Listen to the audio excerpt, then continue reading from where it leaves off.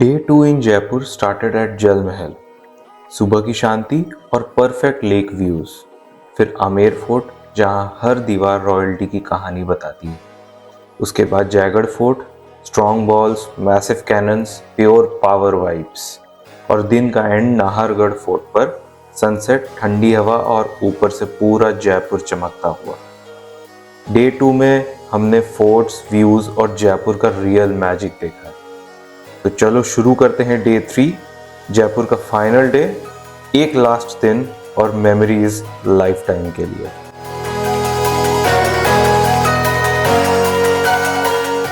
अब हम आए हैं जयपुर के सबसे आइकॉनिक लैंडमार्क्स में से एक, हवा महल यानी कि पैलेस ऑफ विंड्स। इस पैलेस को महाराजा सवाई प्रताप सिंह ने 1799 में बनवाया था और ये राजपूताना आर्किटेक्चर का परफेक्ट एग्जाम्पल है। पिंक सैंडस्टोन से बना हुआ और 953 यानी 953 छोटी छोटी विंडोज का ये एक मेल है जिसको कि झरोका भी बोलते हैं। तो ये जो डिज़ाइन है वो स्पेसिफिकली बनाया गया था ताकि जो रॉयल लेडीज़ हैं वो पर्दा को फॉलो करते हुए बिना बाहर दिखे सिटी के लाइफ को देख सकें। और ये पैलेस जो है वो सिर्फ रॉयल यूज़ के लिए ही नहीं बल्कि राजस्थान की क्राफ्ट्समैनशिप और इंट्रिकेट आर्किटेक्चर को शोकेस करता है। अब हम यहाँ एक गाइड के साथ एक्सप्लोर करने वाले हैं जो हमें हर कॉर्नर का हिस्ट्री और इंटरेस्टिंग फैक्ट्स जो है वो डिटेल में बताएंगे। गाइड का पर्सपेक्टिव लेना काफ़ी हेल्प करता है क्योंकि हवा महल का स्ट्रक्चर और पर्पस बिना एक्सप्लेनेशन के थोड़ा कंफ्यूजिंग लग सकता है। आप जिस पैलेस को देखने हैं सर, इसका नाम है हवा महल। ये जो हवा महल है, यहाँ के राजा थे सवाई प्रताप सिंह जी, 5 नंबर के, जयपुर सिटी के। उन्होंने ये हवा महल बनाया और वो इसलिए बनाया गया, जो पीछे की साइड में देख रहे हैं, बैक साइड में दीवार बनी हुई है पिंक कलर की, वो रोड की साइड में बनाया गया। वो इसलिए बनाया गया क्योंकि उस समय जो रानियां हुआ करती थी, पहले एक समय में पर्दा का ज्यादा प्रचलन हुआ करता था।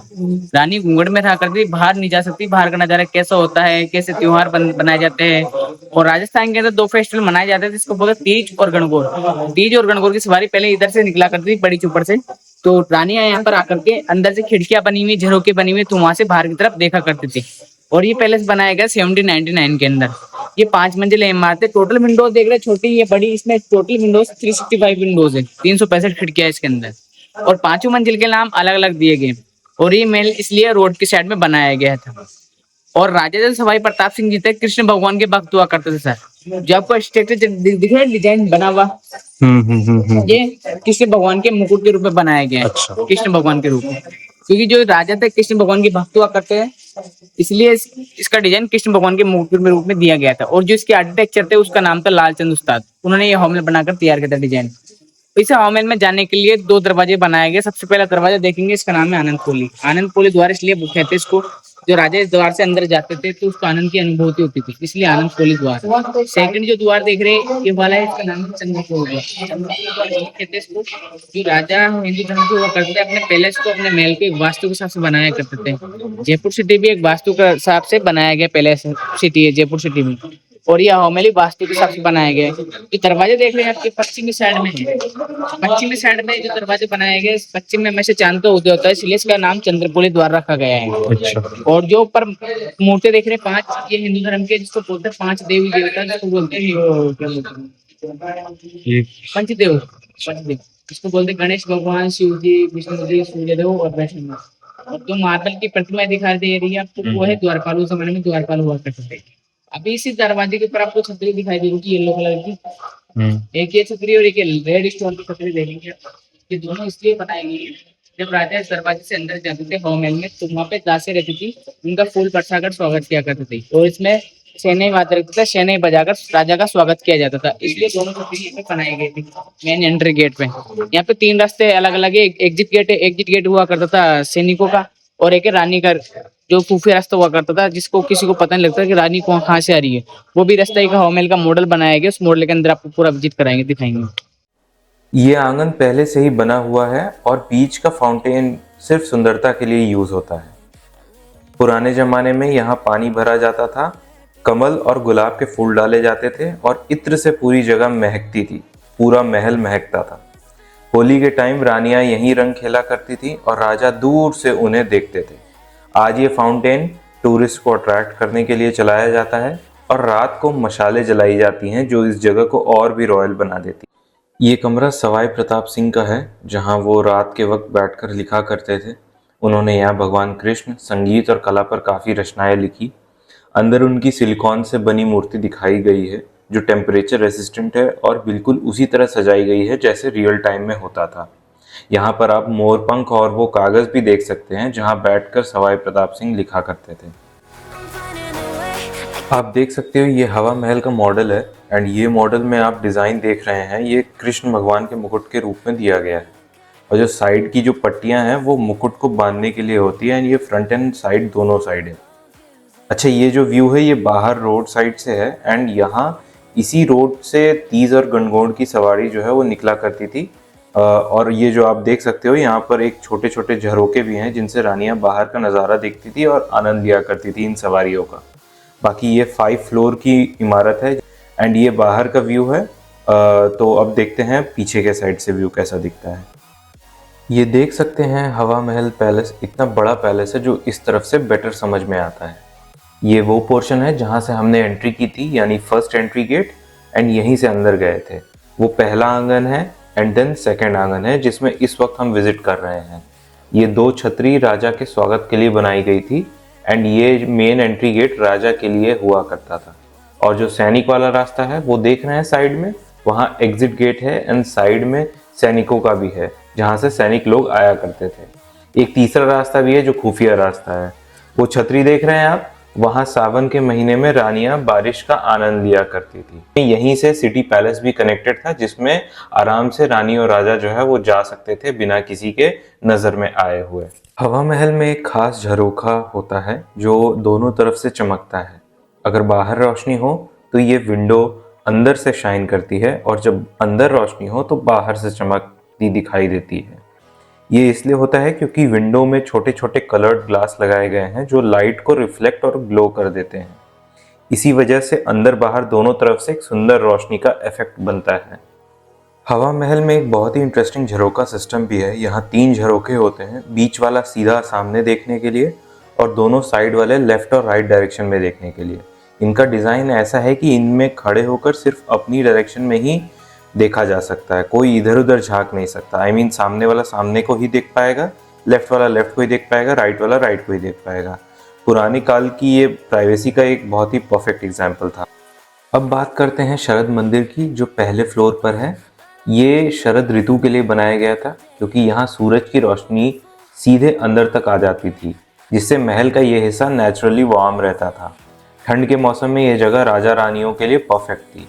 सूरज की गर्माहट और कलर्ड ग्लास का सॉफ्ट ग्लो पूरा महल को कोजी बना देता था। दूसरी तरफ दूसरे फ्लोर पर रतन मंदिर है जिसे गर्मियों के लिए बनाया गया था। यहाँ हवा दोनों तरफ से गुजरती है इसलिए ये हिस्सा बहुत ठंडा रहता था। ग्लास पैनल से फिल्टर्ड रोशनी आती थी जिससे रूम्स ब्राइट तो लगते थे पर गर्म नहीं होते थे, इसलिए समर के टाइम राजा रानी यहाँ ज़्यादा वक्त बिताया करते थे। साथ में यहाँ पे ढेर सारी खिड़कियाँ हैं जिनमें कि गीला करके पर्दा लगाया जाता था ताकि जब हवा आए तो वो गर्म हवा ठंडी होकर अंदर आए जिससे कि गर्मियों में राजा रानी को अच्छा सा महसूस हो पाए। ये देखिए सर, यहाँ से दासिया बाहर का नज़ारा देखा करती थी। जितनी भी खिड़की देख रहे हैं आप, हर खिड़की के ऊपर एक गोल प्रकार का हुक लगाया गया। इधर वो किसी लिए लगाया गया है, जाली वाला पर्दा लटकाया जाता था बाहर, जिससे रानी हुई दासी बाहर देख सकती थी लेकिन बाहर से उनको कोई देख नहीं पाए। देखिए छोटी खिड़कियों साइड में वहाँ पे भी लगा हुआ है हुक, छोटा सा सब खिड़कियों पे लगे हुए हैं। बाहर से देखेंगे बाहर से भी नजर आएगा।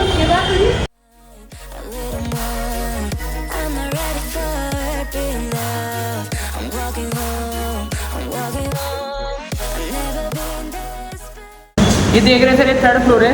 3rd फ्लोर का नाम है विचित्र मंदिर। और ये जो देख रहे हैं 3rd फ्लोर अलग ही प्रकार का बनाया गया। वहाँ पे खिड़कियाँ प्लस झरोके दोनों, वो इसलिए बनाया है ये 12 महीने डेली यूज में आया करते थे। डेली यूज अगर विंटर सीजन में सर्दियों में उनको भजन कीर्तन करना होता तो खिड़कियाँ बंद करते थे ताकि हवा का वेंटिलेशन कम रहे।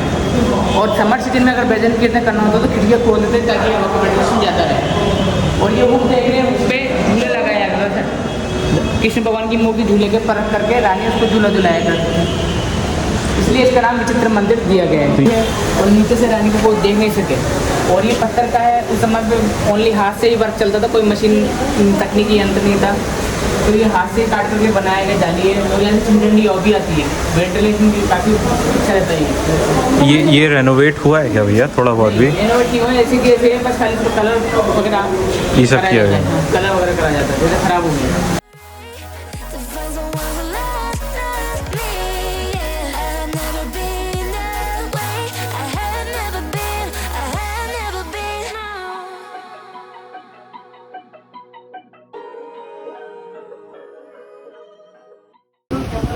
पहले इसके बारे में बता दूँ, ये इसको बोलते हैं इसके टाइम पे पॉइंट ऑफ व्यू, यहाँ से जयपुर सिटी का व्यू दिखता है पहले के, क्योंकि पहले के टाइम पे यहाँ पे रानी नहीं आया करती थी, छोटी छोटी सिटियाँ देखें, सिटी और रानी इस्तेमाल नहीं किया करती थी। यहाँ पे उनकी सिक्योरिटी गार्ड रहते थे, जिसको बोलते हैं ट्रांसजेंडर महिलाएं, वो यहाँ पर आया करती थी। और यहाँ से देखेंगे आप पूरा बाहर का मतलब हवा में दिखता है, तो रानी की निगरानी के लिए, सिक्योरिटी के लिए वो यहाँ पे तैनात रहा करती थी। वो पहाड़ी पे देख रहे हैं, वो है क्या बोलते हैं उसका, नाहरगढ़ फोर्ट। अच्छा वो नाहरगढ़ है। सिटी पैलेस वो है, पचरंगा झंडा चल रहा है। हाँ हाँ हाँ। वो सिटी पैलेस, तो सिटी पैलेस के जस्ट सामने ट्रायंगल देख रहे हो, ये जंतर मंतर इंडिया की सबसे बड़ी संडाई। हाँ हाँ, ये सामने जो दिख रहा है ट्रायंगल, ये उसी के पार्ट है, अंदर है। अच्छा वो नाहरगढ़ है, और आमेर क्या दूसरी तरफ कहीं है? पीछे पहाड़ी की साइड में। अच्छा जंतर मंतर का सिटी पैलेस आई है। ओके। और वो ये सबसे लाइट है। अच्छा आमेर और इन सब में सबसे ऊपर वही है ना नाहरगढ़? सबसे ऊपर नाहरगढ़, तभी सनसेट पॉइंट है वहाँ पे, और सबसे ऊपर। ठीक है।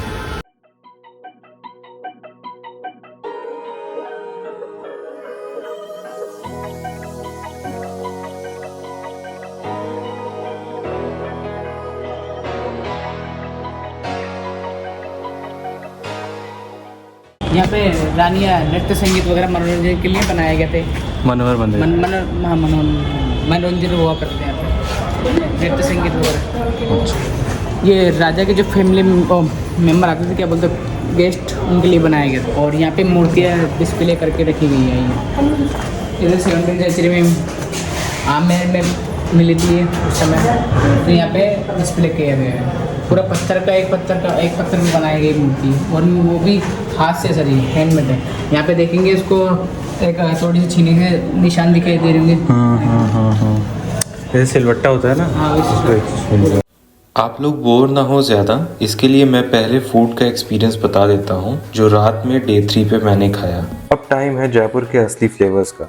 हम आए हैं राजस्थानी थाली दाल बाटी चूरमा रेस्टोरेंट, जहाँ पे मिलती है एक ऑथेंटिक राजस्थानी थाली। चलिए एक एक करके हम आपको इन आइटम्स के बारे में बताते हैं। ये दाल पंचमेल, ये कढ़ी, ये गट्टा मसाला राजस्थानी, ये खेर सांगरी सब्जी, ये खीर, ये प्लेन चूरमा, ये बाजरा खिचड़ा, राइस, प्लेन बाटी, मसाला बाटी, बाजरा रोटी, पापड़, बटर मिल्क। सिर्फ खाना नहीं, ये एक कंप्लीट राजस्थानी फूड एक्सपीरियंस है, देसी, सिंपल और फुल ऑफ फ्लेवर। डे 3 में सिर्फ फूड ही नहीं, मैंने जयपुर को और भी एक्सप्लोर किया। जंतर मंतर, कनक बाग और कनक घाटी जैसे अमेजिंग प्लेसेस देखे। तो stay tune for part 2 of day 3, जहां आप और ज़्यादा एंजॉय करोगे, स्पेशली जंतर मंतर, जो मेरे एस्ट्रो लवर और एस्ट्रोलॉजिकल एनालिसिस पसंद करने वालों के लिए काफ़ी इंटरेस्टिंग होने वाला है। साथ ही उस पार्ट में हम देखेंगे जयपुर ट्रिप का ओवरऑल कॉस्टिंग, ताकि आपको प्रॉपर बजट आइडिया मिल सके। होप आपको हवा महल की इन्फॉर्मेशन भी पसंद आई होगी, क्योंकि ज़्यादातर लोग सिर्फ बाहर से ही दिखाते हैं, अंदर क्या है ये बात किसी को नहीं पता। और अब मैं छोड़े जा रहा हूँ आपको जयपुर के एक फेमस स्टैचू सर्कल के वीडियोस के साथ। तो मिलते हैं नेक्स्ट पार्ट में, तब तक के लिए do like, share and subscribe my channel.